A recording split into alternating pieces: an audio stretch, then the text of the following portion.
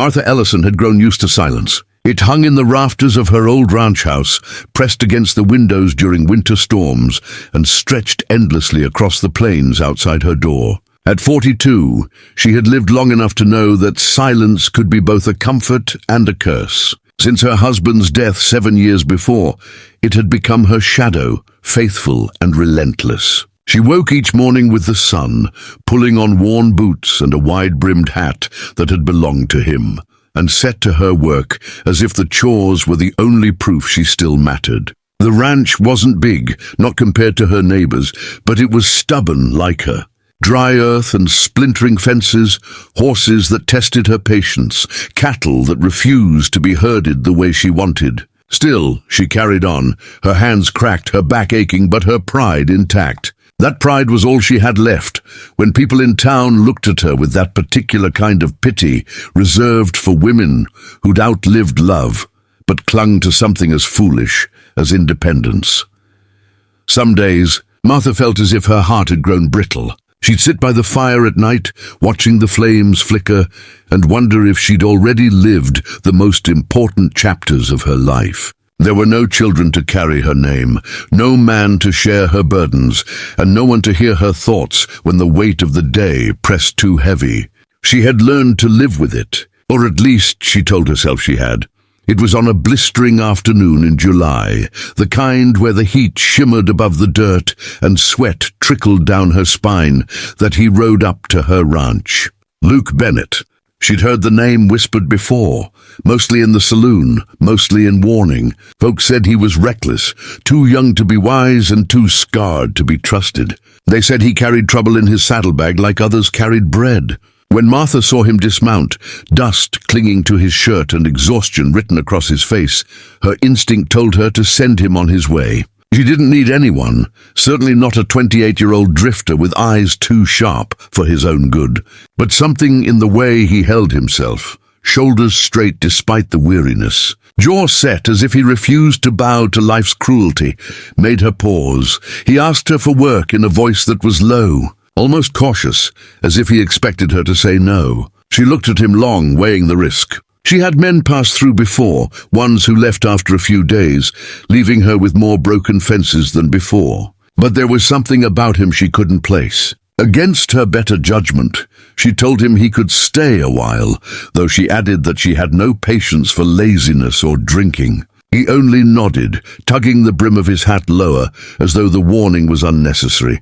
The first days he spoke little. He worked hard, his hands blistered from hauling posts and stretching wire, his back bent under the weight of feed sacks. Martha watched him when he thought she wasn't looking. He wasn't like other men his age. No boasting, no careless laughter. He moved like someone who'd already seen too much of the world, carrying shadows he kept tucked behind his eyes. When he did speak, his words were careful, almost soft, like a man not used to being heard. Martha tried to keep her distance. She reminded herself daily that he was too young, that whatever fire burned in his gaze had nothing to do with her. She buried herself in her work, rising before dawn, pushing her body until exhaustion left no room for thoughts. But little by little she found herself drawn to him. Not in grand gestures, but in quiet things.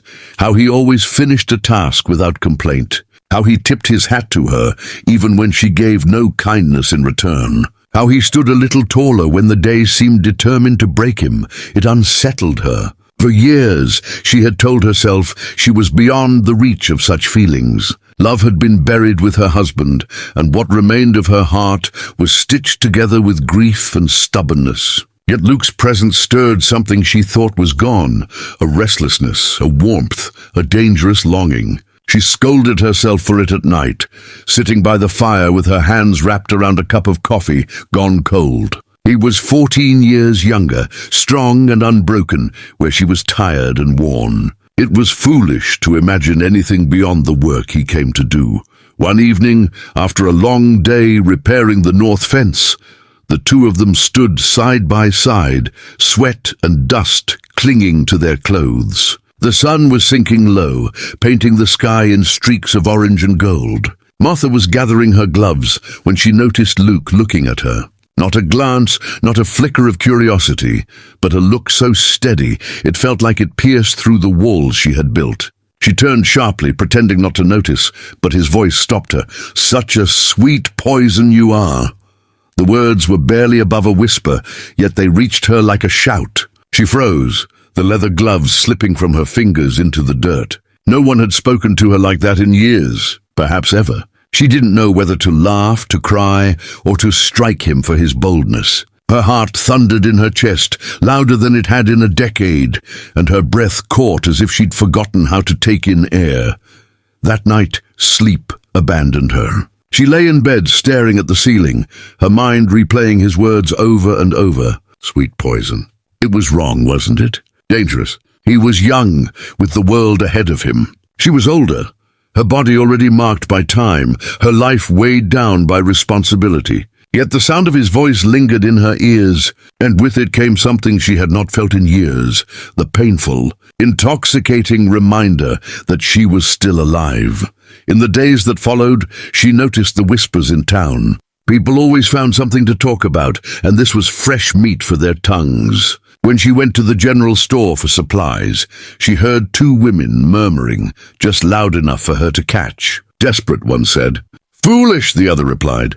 Their laughter trailed after her as she carried her goods out the door. Pride kept her chin high, but her hands shook when she set the sacks in her wagon. The whispers became sharper with each passing week. They mocked Luke for chasing after a woman past her bloom, and they mocked Martha for daring to believe she could still inspire desire. Each cruel word pressed against her like thorns, but it wasn't the words that frightened her most. It was the truth she feared they carried, that one day Luke would see her the way the others did, that he would wake and realize the folly of his affection. One evening her resolve cracked. She found Luke in the barn, brushing down his horse, and the words tumbled from her before she could stop them. You don't understand what they're saying, Luke. They think I'm desperate. They think you'll tire of me. And maybe they're right. Her voice broke against the confession, but she forced herself to continue. You're young. You've got a whole life ahead. One day you'll see I'm nothing but a mistake you made along the way. Luke stopped brushing, his hand tightening on the reins. For a long moment he said nothing, only turned toward her with that same steady gaze that unsettled her from the start. His voice was firm when he finally spoke. I've been to war, Martha. I've buried brothers younger than me. I've seen men with futures brighter than mine fall before they had the chance to live. Don't talk to me about wasting time. You're the first thing that's felt real in years. And if that's poison, then I'll drink it every damn day. Her breath caught in her throat, her hands trembling at her sides. She wanted to believe him, to surrender to the warmth of his words, but belief came at a price. It meant risking her heart again, laying bare the fragile pieces she had guarded for so long. And as she stood there, caught between fear and longing, she realized the truth she had been denying all along. She was already his. In ways she couldn't undo, love never walks a straight path, and for Martha and Luke, the first steps they took together seemed to stir every storm the town could muster. The whispers that had once been shadows at the edges of Martha's hearing grew sharper, more vicious, until they were impossible to ignore. It wasn't just women muttering behind her back at the general store anymore, or men smirking when Luke passed through town. It became the sort of ridicule that hung in the air like dust, choking and unavoidable. Some laughed outright at the thought of Luke wasting his youth on a woman twice weathered by years. Others sneered at Martha, calling her desperate, shameless. Pride kept her shoulders square, but each word found its mark. Leaving bruises where no one could see, Luke bore the brunt of it in his own way. He was not a man who endured insults with calm. The demons he carried inside made him restless, raw, quick to fight when pushed. One evening, when the heat of summer still clung to the air, Luke went into the saloon for a drink. Martha hadn't wanted him to. She knew how cruel tongues grew after whiskey loosened them, but he went anyway. By the time the night was done, fists had flown, blood had been spilled, and Luke's name was dragged through the dirt heavier than before. When Martha heard of the fight, her chest hollowed with dread. She waited on the porch for him, her hands clutching.